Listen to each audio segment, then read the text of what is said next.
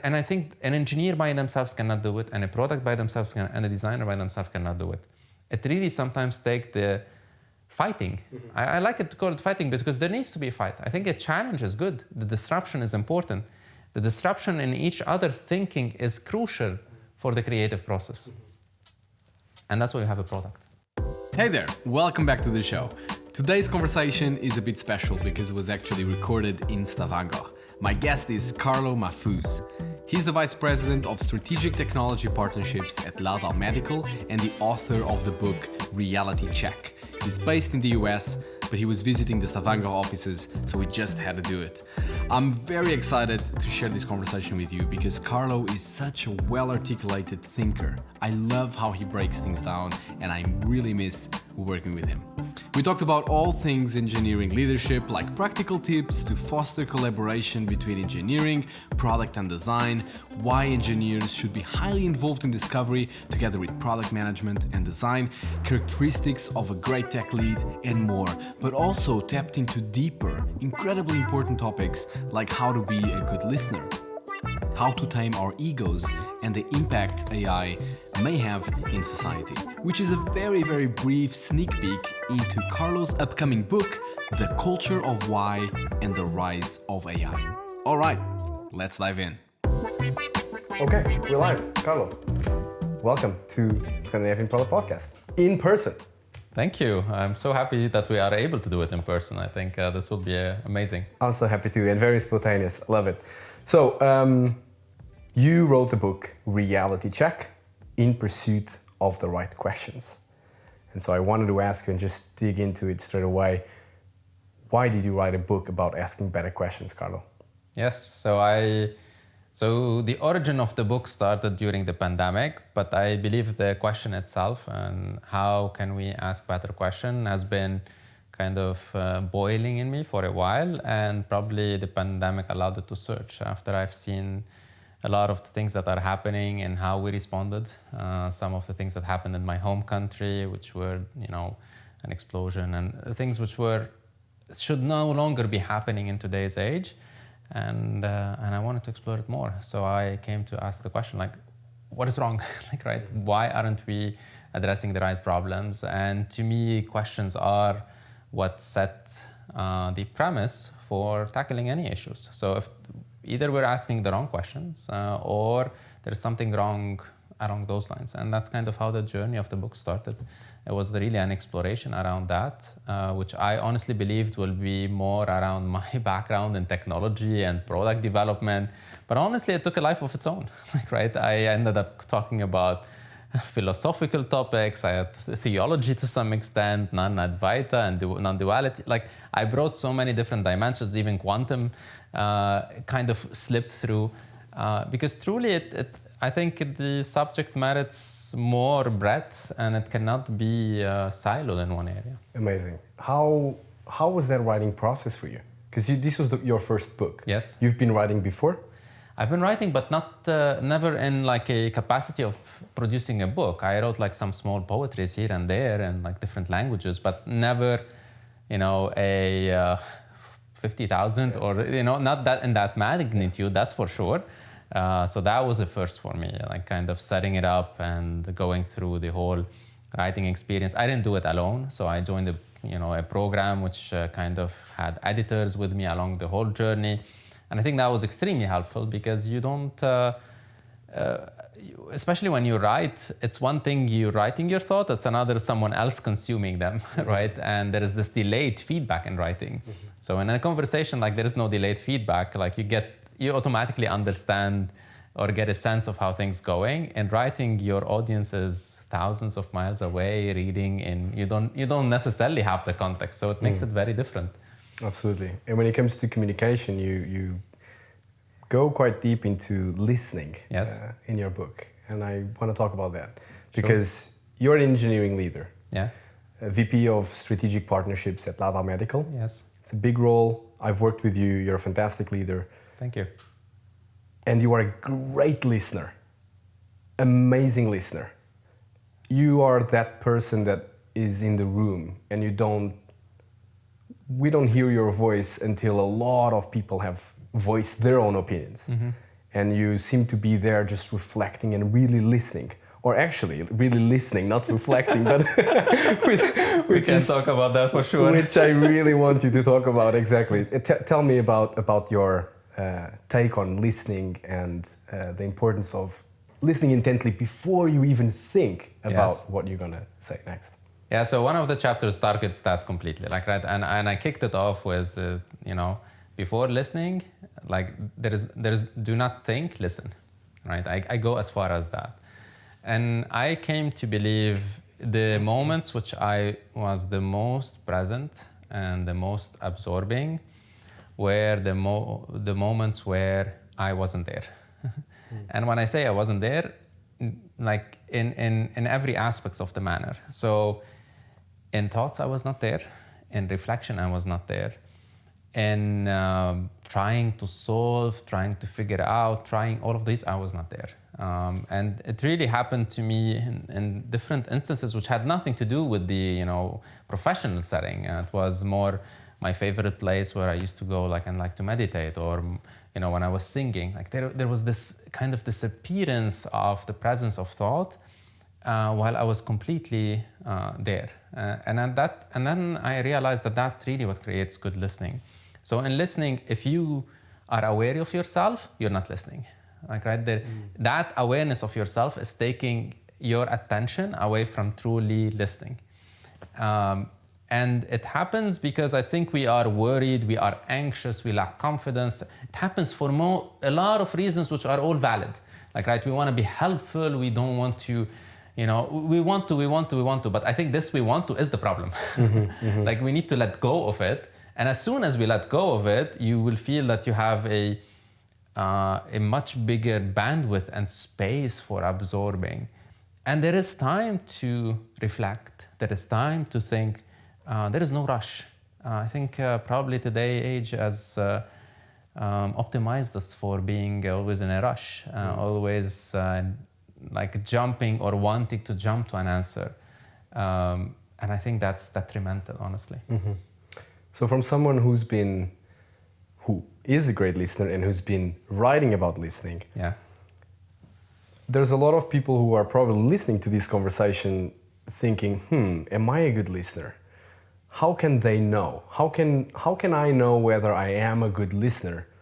Because if I have that thought, then I'm going to be aware of it. And Ref, your take on this, if I'm thinking about it, then I'm not truly listening. Yes. So how do I practice? How do I know whether I'm a good listener? 2 questions. Yeah. Let's tackle the first one. How do I know whether I'm a good listener? And then how do I practice? How do you know? Very good. If you know, you're not basically good at it. And the way you need to... So it's really interesting. I think our need to know, actually. Like, right? Our need to know stems from really ego trying to reflect on self and say, yes, I've accomplished this, right? And as soon as you start thinking about it, that self-realization is the problem, right? So what's the opposite of that? The opposite of that is vulnerability and authenticity.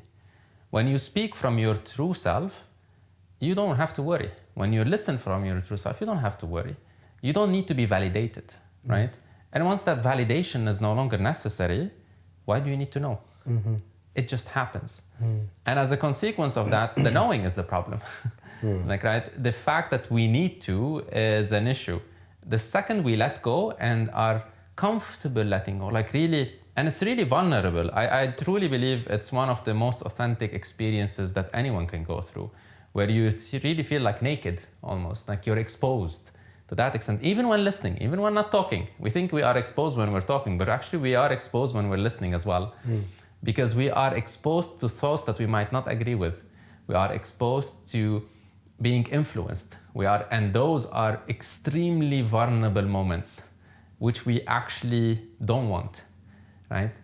Our typical behavior is like, I want to stay protected. I want to stay in my safe space. I don't want someone to influence me. I know what I know. And that's what kills listening. And so imagine you are, typical leader. Yeah. Doesn't listen. Yeah. has a lot of strong opinions about a lot of things. Yeah. And the team's starting to complain. Okay. He never listens. How can that person, when given that feedback, how can they go through that journey of self-realization and just being able to let go? Is there any practice tips, any things that they can do? Yeah. Or is it just a really deep process of letting go and self-realization? I think there is. So I think there is the deep, and I'm not gonna go there because it's very personal. But I think there is different tactics. I'm gonna call them tactics because that's what they are. Because they have nothing to do with leadership. They have nothing to do with anything else. They are things which I believe can expose you to the sensation of what that looks like. And I'm gonna say it in singing. Right? I would say people are gonna go crazy on this one, but probably I still would say it. Go and sing. And sing whether in private or public, like let yourself sing no matter how your voice sounds. And the point of that exercise is to start to let in the vulnerability in exposing yourself seep through. Like, so why don't we sing usually? We don't sing because we feel our sound is bad or we don't know how to sing or whatever. That's exactly the same with listening. Because we feel we're not good at it, because we believe that we need to be good at it, we start becoming part of the problem. And the only way is to practice in that way. So for some, could be singing. For some, anything which puts you in a way where you feel exposed and vulnerable, that's what you need to be training for. It feels like it's distant from listening, but it's not. It actually goes hand in hand. It's just a different way of getting there. So a leader which basically is very obsessed with their own opinion or cannot see beyond themselves, I would say, what is something they're completely uncomfortable doing? Completely. Like, right? Let them try it. Like, right? They start getting a feel and sense for that type of authenticity that's coming through them, that vulnerability and exposing themselves to something that is beyond their reach. Because that leader, listening is beyond their reach. They will never accept that. Their ego will never accept it. But actually, listening is beyond their reach. And the only way is to start like inching toward it. And there is no magic pill, I truly believe. And it's not actually too deep, to be honest. It's not like, go and like do Zen and monk stuff or like, sit on a mountain. No, it's not. It's in daily stuff. It's in anything which you are unfamiliar with, which gets you one step to allow that unfamiliar reality to exist, allow it to be uncomfortable. And I think that it's not direct, but that leads to good listening. I totally agree. So another concept you explore in the book is idea ownership. Yeah. And I wonder, are these two things connected? Can you, for example, do you become a better listener if you don't own the idea? How does that work?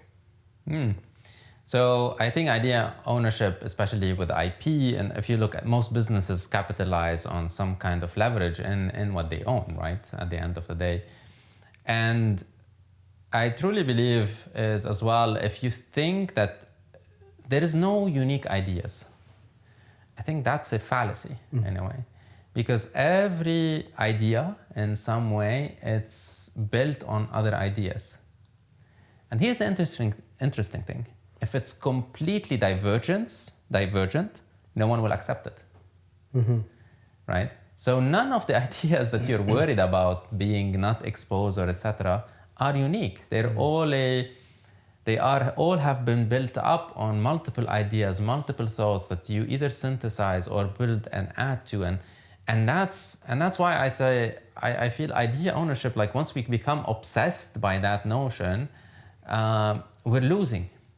Because we're stagnating, right? We're not allowing for the build-up. We're not allowing for the influence. We're not allowing, because again, what is listening? Listening is allowing yourself to receive something which you might not agree with, which you might not believe in, which you might not own. And one step further, that you might accept, right? So if an idea is thrown at you, you own your idea very strongly. You think that that's the best idea. I don't want to share it. I kind of, then you're already closed. So good luck listening. There's the notion of listening doesn't exist anymore. Yeah. Like, right? You're just obliterated out of existence. Like, it's just poof. I think that is a very interesting mental model, because we all have ideas that we like, and we feel, this is a good idea. Yeah. And I think as soon as you have that thought, you need to be very aware of it. You need to be very aware of you experiencing that thought, because, as you said, that could potentially hinder your ability to listen to other points of view. For example, we all, I think in product, there's a lot of dogmatic views about how to do things. Yeah. And it's crazy. People go crazy on almost like religious way of debate, of debating whether they should use this framework or that framework. And it's very interesting, especially to observe on, for example, on LinkedIn. Yeah. People go crazy on voicing their own opinions and not listening, even when engaging in comment, like back and forth, it's very interesting to observe that nobody is listening to each other. They're just trying to push their own ideas, which, yes, it might not be their own, but at least something they believe in. So I think that is clear, a good skill to have. Just being completely open, strong opinions loosely held. Is that how I say it? Yeah, well, here I'll flip it for you. Right, a different reframe, right? Please. There is not a single framework which is always the best framework. And I'm not tell you that because all models are flawed. Yeah. For a model to be a model, it means it has a certain set of constraints. And the second you say that, we should always realize that model is destined to fail at some point. Because the second those constraints are broken, it's a limitation. So all frameworks are great, but all frameworks will break, right? They will break. And actually, if anything, your job is to break the framework. Your job is to optimize so much that the framework is like a guide. It gets you from here to there. But at some point, that will no longer that will no longer help you, because if you've optimized so much, you've grown outside of it. And if you grow outside of it, the constraint that usually were imposed to make it function no longer works. So there is no perfect framework. All frameworks are flawed. 0, 100%. I can guarantee you that because they are built on constraints, they will never be 100%. And because the constraints will always change, the environment will change. Yes, it will linger for a certain period of times, and yes, they are useful, but they are all flawed. And once you start thinking about it that way, you realize there's not a single opinion which will hold true forever. Nothing. No opinion will hold true forever. I truly believe that as well. It will hold true for a certain period of time. It will hold true under certain conditions, but it will never hold true forever. And that's a good thing, because imagine if it did. Right? Imagine if it did. Then we're saying that there is no progress, that there is no growth, there is no movement forward. Right? Imagine we're stagnating, and that's not real life. Yeah. Right? I love that. All models are wrong. Some are useful. Yeah, absolutely. It's 100%. Yeah. All models are wrong. Some of them are useful, and when it's not useful, you create another one, and that's okay. I think you said your job is to break the model. Yeah. I love that. So let's then take this as a segue for going a bit more deep into engineering leadership and product leadership. Yeah. Because you do see a lot of product leaders debating with engineering leaders and then arguing with design leaders on frameworks, on opinions, on different things, how the teams should work. A lot of people don't seem to agree. Yeah. In your experience, how important is it to collaborate cross-functionally as leaders and get a consensus? Is that necessary? How do you do it? Okay, is it necessary? I cannot believe that it could exist, period, without that collaboration. And the reason I say that, because at the end of the day, a product what is a product? Product is a problem to be solved. And when you solve that problem, you're delivering a product, right? You're solving a problem. And no problem can be solved from one discipline. I truly believe that's not possible. Whether it's product or design or technology, like, right, they all they all function as a certain piece of that puzzle to deliver it. Because as well, I think problems are complex and they require all of that attention in that regard. So collaboration is not a conversation. It is kind of the core of it for it to work. And as well, I think I think the lines are getting more and more blurry. I don't believe that design sticks in design and does not jump into product, and I don't think engineering doesn't do both. And I do believe now with artificial intelligence, that's gonna get even much more blurry. Now, an engineer can design technically if with some AI help they can. It will not be perfect. It will not be as someone who's truly a design, but that's okay. You can prototype with that.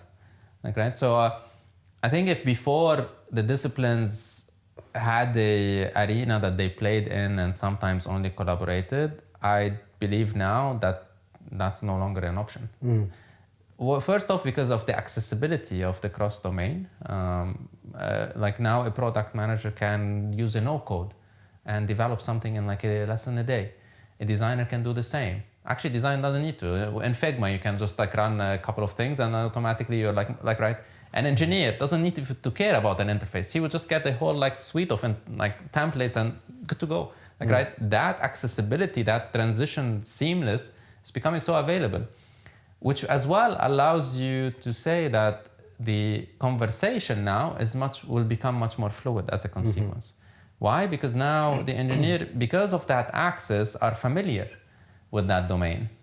And I think previously, when I say previously, a couple of years back, I would say, there was sometimes lack of familiarity. Even I see it in engineering all the time. Like an engineer will give you like a prototype, like you don't want to look at it. It's just like text. It's like, what am I going to do with text? Like it's like, but it's functional. Like great, lovely, it's functional.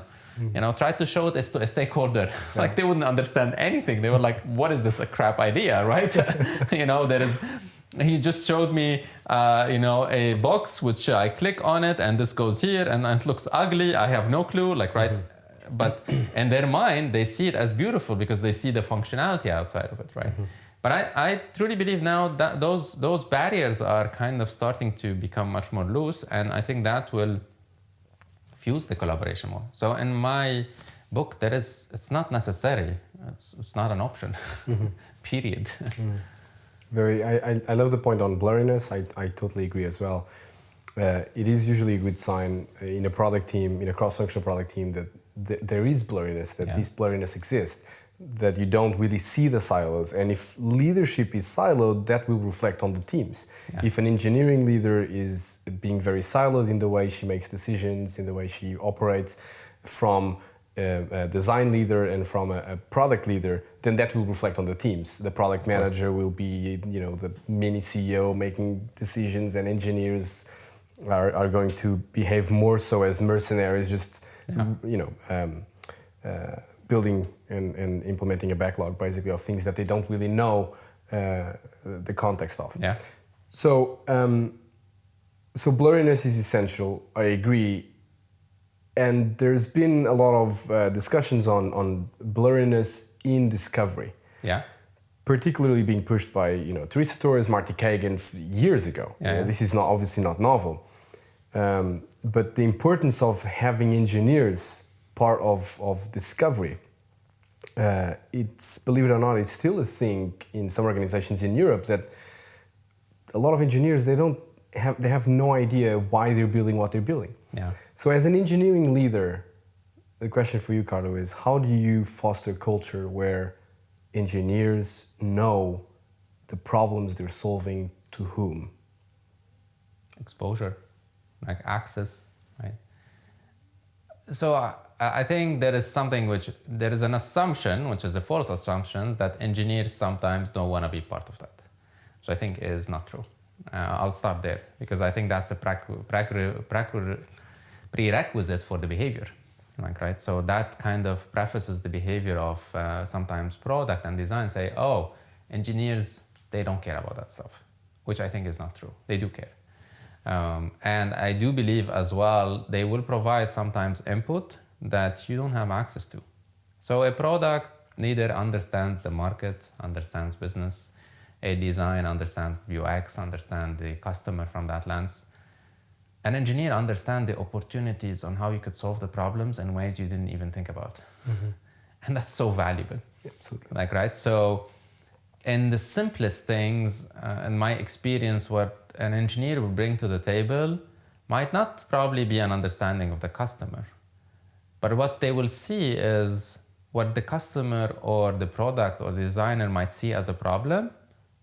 They don't see it as a problem at all. So they might leap out of the bounds of it. And, I'll give you an example.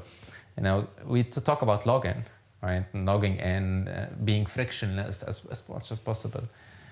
But I can guarantee you, no one thought that there is a good chance you don't need the login whatsoever. Or that you only need an email for the login, which is the magic link these days. Or that, your phone will log you in. Or that in certain contexts, me just passing by will log me in, right? While a product sometimes might think of these things, the assumption in their head, this is very hard to do, right? While an engineer sometimes will already was familiar with the technology around, will tell you no, that's been solved in the other domain 7 years ago.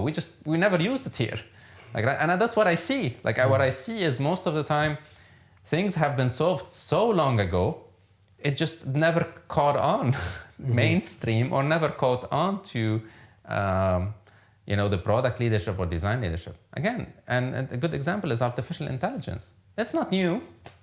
We have hype around it because, OpenAI through ChatGPT and now we're can converse. That's not new. It's been around for a while, right? It's just, now it has been packaged in a way that most people can understand. The interesting thing is that engineers knew that. Who were the missing link in this conversation? Product and design to some extent. And now you see wow, look at Midjourney, what it can do. Fascinating, right? Look at what the ChatGPT, even in the conversation, it can do. But all of in simpler form, all of technology existed before. The secret to connect it to a product, I think an engineer by themselves cannot do it, and a product by themselves and a designer by themselves cannot do it. It really sometimes takes the fighting. I like it to call it fighting because there needs to be a fight. I think a challenge is good. The disruption is important. The disruption in each other thinking is crucial for the creative process. And that's why you have a product. Okay. It's a birth from the disruption. It's not birth from the status quo. So you mentioned exposure. Yeah. As a leader, you can design that exposure or you can try to organically foster that exposure. Yeah. Meaning that obviously if you create a role as a tech lead, which is, as for example, Teresa Torres argues that it should be part of the product trio. Yeah. You can do that as a leader, set the expectation that tech lead is highly involved in discovery and then, some engineers, the rest of the team here and there. Or you can basically just ask the right questions, ask a lot of engineers questions about the problem they're solving and so on, about context-based questions basically to try to foster that, those conversations. But I know that something that people struggle with is the balance. Because, a lot of organizations, they hear about, tech lead needs to be involved in discovery and part of the product trio being, it needs to be blurry. They hear all these things. Yeah. And they're probably thinking about it. There's probably someone listening to this conversation right now thinking about the fact that, yes, I know it should be blurry. I know engineers need to be involved in discovery. I know engineering leaders need to foster that, that culture and enable that exposure to customers and those conversations. But how do we balance that? Is it the tech lead, so meaning one role that should be more focused, or is it all the engineers, as some companies go, all in, all the engineers go jump in all interviews? How do you balance that? Is it very contextual or not? I don't like balance in general, so I'm gonna negate that in a second. What I like to say is first step is to create the opportunities for things to happen, right? And when I say exposure, I'm not saying go and ask the engineers. I'm saying truly exposure. Let them have come to the conference of, the biggest conference of your industry. Let them go to a site visit and see the product. And that is before interaction on discovery or not, just pure exposure to the client. And then you can easily see who's interested and who's not. Right? But you cannot decide these things before you create the opportunity. Right? So tangibly, the opportunities are touch point with the customers, even before jumping on the call or not jumping on the call. Right? There is a lot of opportunities where, and we've had that multiple times, where our engineers go to the conference, sit next to the salesperson. I cannot tell you how many times the engineer corrected the salesperson. Yeah. Right? And how many times they learned things they would have never thought about, which actually made them much more efficient in developing. So it's not an either or case, right? This is part of your engineering team's growth and efficiency building. Same vice versa for your product and design being involved in those conversations. Every time I collaborated with a product leader, which understood a lot of the technical challenges, was able to prioritize better, was able to come up with much more innovative ways of thinking to increasing velocity. That's all the results we want, right? So once we start seeing it as creating the solution and it is building on it, but tangibly there needs to be those opportunities, right? Have an engineer sits on a training pitch call, like pitch sales call. I've done that before, and you would not imagine how helpful that was for both the salesperson and the engineer. Right? Vice versa. You have a design sprint, or you have a design conference, or like something, and it's simple. Like not everyone might be interested, but create the opportunity, and then either people take advantage of it, make it easy. That's the thing. Make it easy. And then automatically, all of your rest of the problems and balance or not becomes solved. Because then you will realize, oh, this engineer is really keen and interesting in these things, then I'll bring him on board. And you're not bringing him on board to foster collaboration. You're bringing him on board because he brings value. And that's the difference. The difference is we don't need a tri-core team or like a design and product and engineering because that's the right setup. Again, I hate models. I've do them all the time, but like every model, you don't stick to it because it's what is good or bad. You stick to it because it adds value. So then yes, my tech lead basically have bandwidth in this conversation, but I've already got the sense of those things ahead of time because I've created opportunities for exposure. And that's what we should do, right? And then your problems and the rest of the chain becomes solvable. So collaboration for the collaboration's sake is a waste of time. For God's sake, don't do it. I'm not kidding. Don't collaborate if that's the case. Yeah. Collaborate because you understand there's gonna be value, and that value is tangible, right? And create opportunity for you to start seeing that value way ahead of time when it actually is relevant. And then it will become real. Very well said. You mentioned a few minutes back the false assumption that product managers sometimes do, that engineers don't want to be part of this, so I'm not gonna expose them anyway. Yeah. Is there any other false assumptions that you think product people do that are hindering engineers from being exposed and therefore adding value, which will dramatically increase the likelihood of success?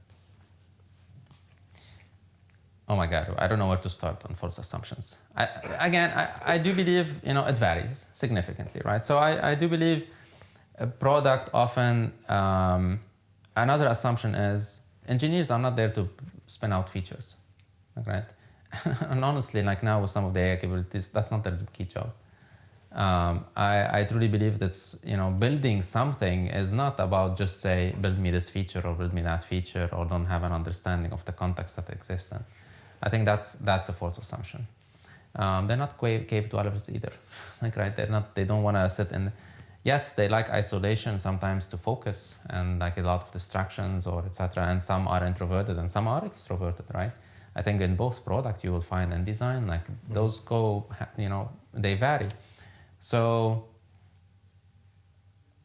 I'll probably step it back before I go and creating a lot of these assumptions, because I think they vary and I think they're less important. I think what is key, create opportunities to see where the value is and then validate your assumptions.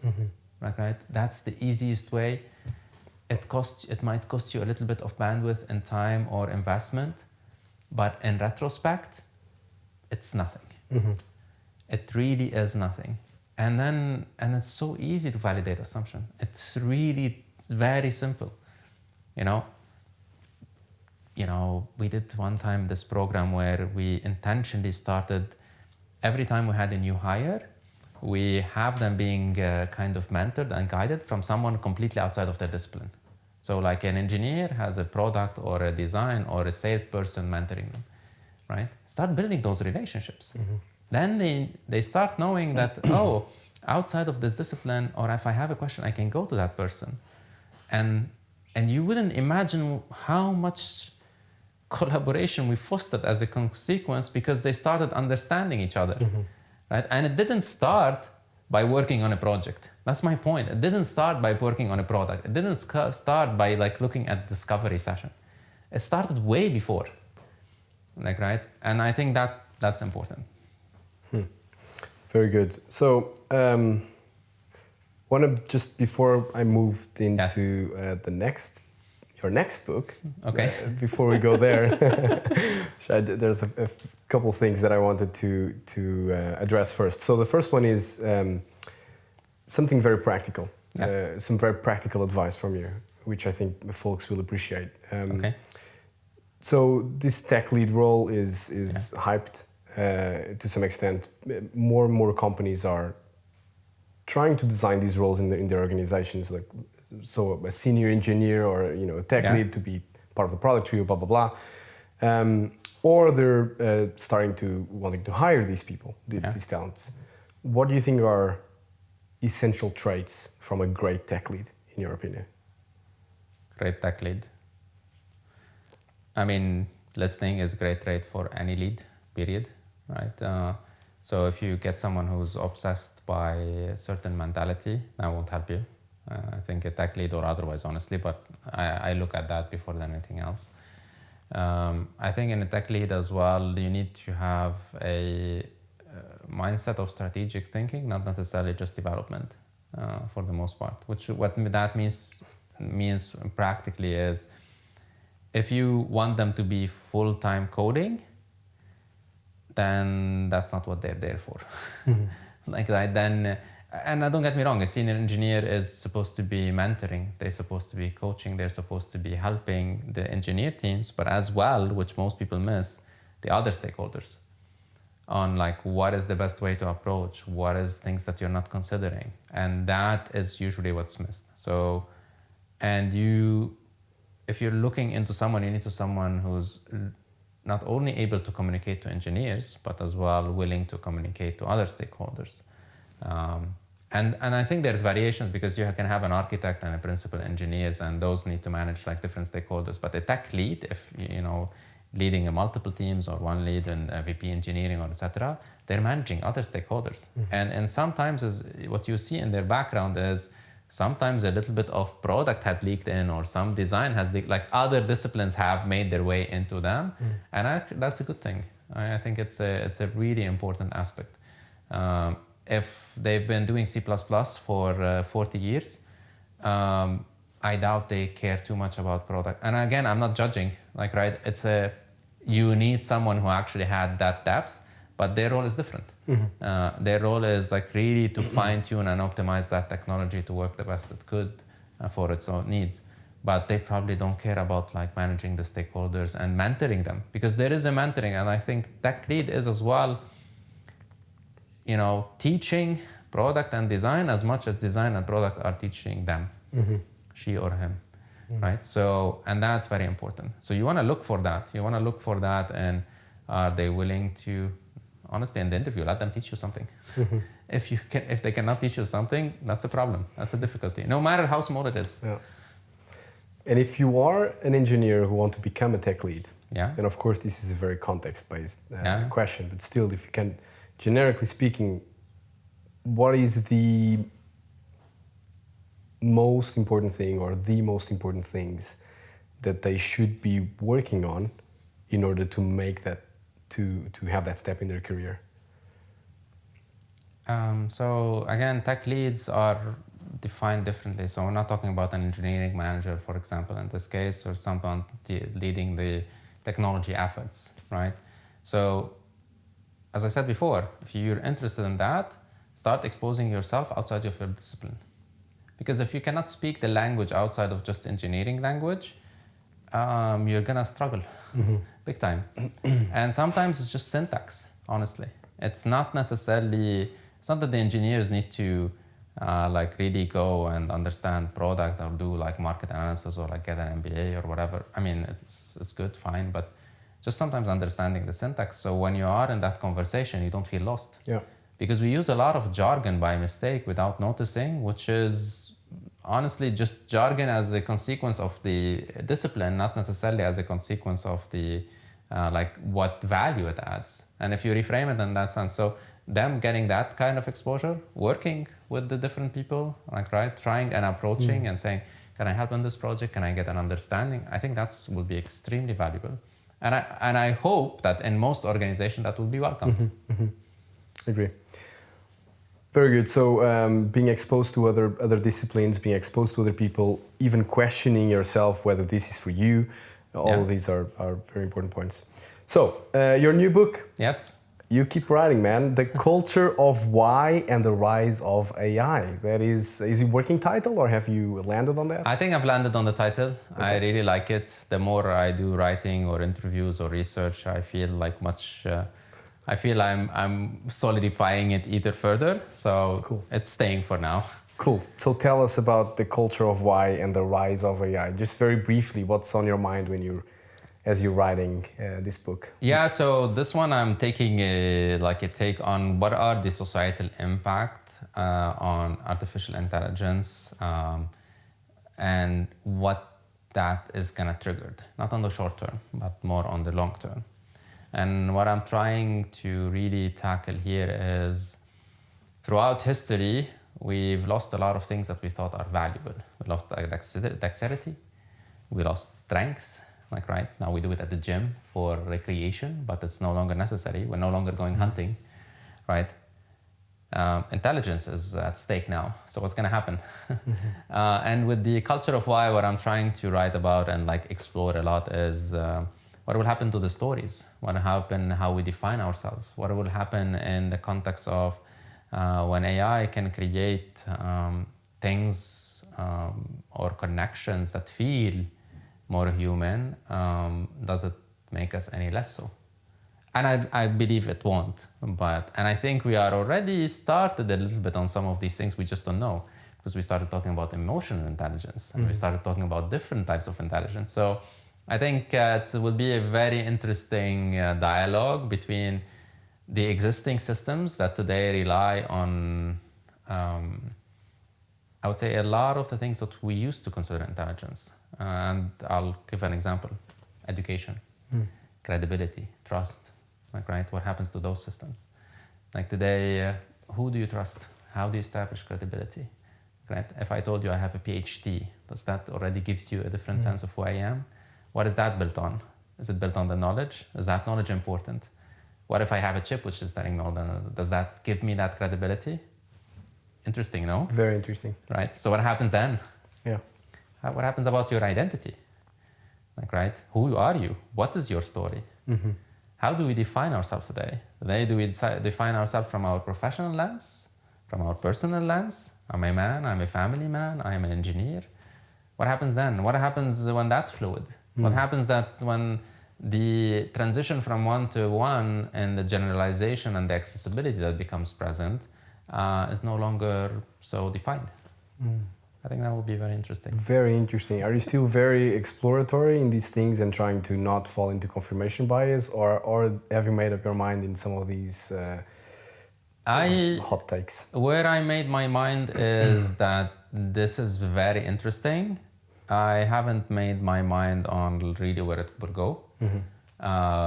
I tend to, when I talk about for example, I'm addressing as well, like you see this phenomenon in transformation, and you see it in technology, is when you have a new technology, it kind of collapses a lot of the processes which used to happen. Like look at printing press. Look at what happened there. You used to put every single letter, and now digital, like squash, right? So every time I have an interview, I get like different ideas in different directions. So far, what hasn't happened, and it might be bias kicking in, but what hasn't happened is I see the dangers, I see the fear. I think it's valid. But what I'm trying to hint at is we've lost things before, which were, at least that's probably where my bias stuck is. We've lost these things before, and we had the same reaction before, and it became no longer important. Like, right? How important is it for you to basically have the strength to go and make sure you have food on the table? Not important at all, right? So the idea of intelligence becoming artisanal or recreational is interesting, right? By itself. Very. So I don't know, that's where I am now. If you ask me like 2 months from now, so I'm aiming at the end of like this year fall. So we'll see if that timeline continues, but I'm hopeful on that trend. I might have changed my mind. Again, I'm open. Like I've had really amazing interviews so far with different areas and different interests, and because the landscape is changing continuously, you keep getting different inputs. But because if this is what I'm trying to get is a little bit more forward-looking as well, it's very hard to not see. So you're really, I'm modeling against different ideas that has happened before and making assumptions on that. So am I stuck in? I'm not stuck yet, but I'm close. Cool. So you said that you changed your mind. What have you, on some things? Yeah. What have you recently changed your mind on? I changed my mind on, so I thought I came with this idea that AI will allow for diversity to flourish. AI will allow for the proliferation of more avenues to capture language and like that, which means it will allow for like some languages to survive or profit. What I did not catch on and notice, and it was with an interview with someone in the fashion industry, is it actually is causing the opposite effect in the short term as well. It's causing consolidation. And then I realized that that's happening too. So AI, What do you mean by consolidation? Yeah, so what I mean is, so now I'm writing and I'm using AI tools to like see like how that's gonna work and like, right? What I realized is every time I diverge outside of the context that the AI understands, it brings me back to the context that it understands. Right? So every time I propose an idea which it does not know about, what it does, it kind of loops back to pre-existing ideas.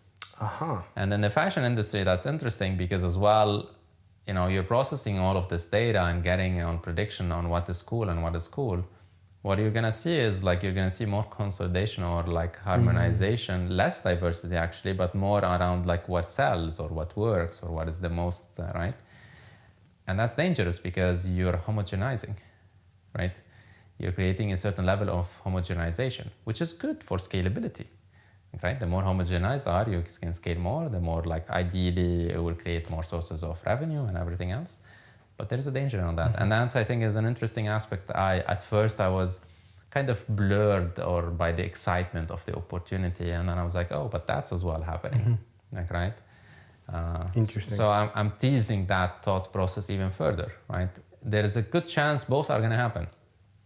So artificial intelligence is probably I think it's gonna do both in a lot of the topics I'm touching. For example, homogenization versus diversity, I think it's gonna disrupt both.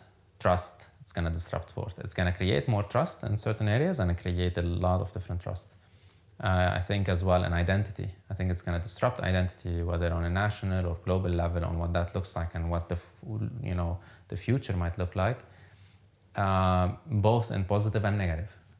Whether it creates false identities, it creates a false sense of understanding of who you are and who you're talking to and all of that, especially with the proliferation of future, like virtual words and all of that. So I'm trying to tease. So the book is not going to be too big, so I'll tease out as much as I can and see where that takes me. But that was one of the ideas that kind of, I was not catching on it because I was attracted by lured by the like kind of opportunity. But yeah, and that's awesome. and that you could say it's an opportunity. Like homogenization is an opportunity. Like right, every single institution will tell you like, I want to consolidate, I want to standardize. The more I standardize, I can like do across, right? That's good, and that's very bad too, because it stifles innovation. Yeah. Right. So if, and you know, you and I worked in healthcare, and I was always, you know, education is tough to standardize, or healthcare is hard. And I was at the conference, and some guy said, you know, but it allows us to be more innovative. I was like, yes. Right? The less standardization you have, the more innovation you have, the more disruption you have, the more different types of thinkings are allowed. That's important to maintain, right? So how we solve that? And I propose a solution. Very interesting. Carlo, it was so nice to have you Likewise. on the podcast. Where can people find your work? Yes, all of my work is out on realitycheck.institute. That's where you can find the book. That's where you're going to find a platform, which there's a lot of interesting stuff which I have in store for you. Some mini courses coming soon too. The newsletter as well. So everything I kind of put in the space, which available freely or not, is on realitycheck.institute. Amazing. Thank you so much for taking the time. This was a great conversation. Likewise. Thank you, Alfonso. Alright, that was it for today. I hope you enjoyed the episode. Make sure you subscribe to my newsletter so you don't miss out, and see you next time.